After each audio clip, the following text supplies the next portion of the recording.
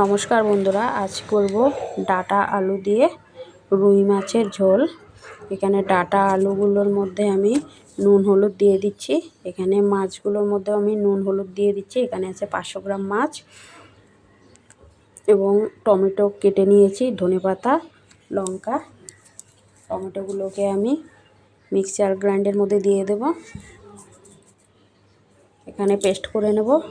কাঁচা লঙ্কা এবং শুকনো লঙ্কা দিয়ে দিলাম এবং গোটা ধনে, গোটা জিরে এবং আদা দিয়ে দেব। এটাকে পেস্ট করে নেব।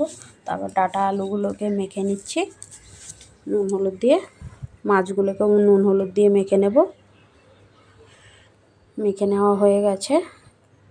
আমার মশলাটা পেস্ট হয়ে গেছে, নামিয়ে নিচ্ছি এবং এটার মধ্যে দেব স্বাদ মতো লবণ, পরিমাণ মতো হলুদ।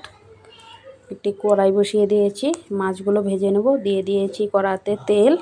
মাছগুলো এক এক করে দিচ্ছি। মাছগুলোকে ভালো করে ভাজতে হবে, লাল লাল করে। এক পাশ হয়ে এসছে, মাছগুলোকে ভালো করে উল্টে দিচ্ছি। এক এক করে মাছগুলোকে ভেজে নিয়েছি বন্ধুরা, হয়ে গেছে। এবার সেই কড়াইতে আর একটু তেল দিয়ে তাতে জিরে ফোড়ন, তেজপাতা ফোড়ন দিয়ে তাতে আলুগুলো, ডাটাগুলোকে আমি দিয়ে দিচ্ছি। সেই তেলের মধ্যেই ভাজতে হবে আলুগুলো, ডাটাগুলো। ঢেকে দিচ্ছি। ঢেকে দেওয়ার পরে বন্ধুরা হয়েছে। এবার মশলাটা দিয়ে দেব, রেডি করে রাখা মশলাটা। মশলা দিয়ে আস্তে আস্তে লো ফ্লেমে রেখে আমি কষাতে থাকব। এখানে লো ফ্লেমে আস্তে আস্তে কষাতে হবে। দেখুন বন্ধুরা, কালারটা কি সুন্দর এসছে। তারপরে আমি ঝোল দিয়ে দেব। আপনারা যতটা পরিমাণ ঝোল দেবেন এখানে দেবেন। ঝোল দেওয়া হয়ে গেছে। এবার ঝোলটা ফুটতে থাকা পর্যন্ত অপেক্ষা করব। তারপর ভেজে রাখা মাছগুলোকে আমি দিয়ে দেব।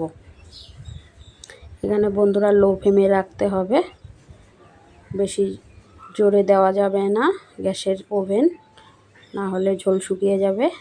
এখানে ঢেকে ঢেকে রান্না করব মিনিট দুয়েক পরে বন্ধুরা কেটে রাখা ধনেপাতাগুলো আমরা উপর দিয়ে ছড়িয়ে আর একবার ঢেকে দেব।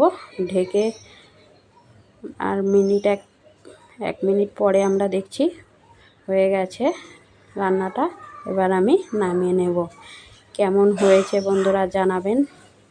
আপনারা এভাবে বাড়িতে ট্রাই করে খাবেন, খেয়ে অবশ্যই জানাবেন কেমন হয়েছে। বাই বাই বন্ধুরা।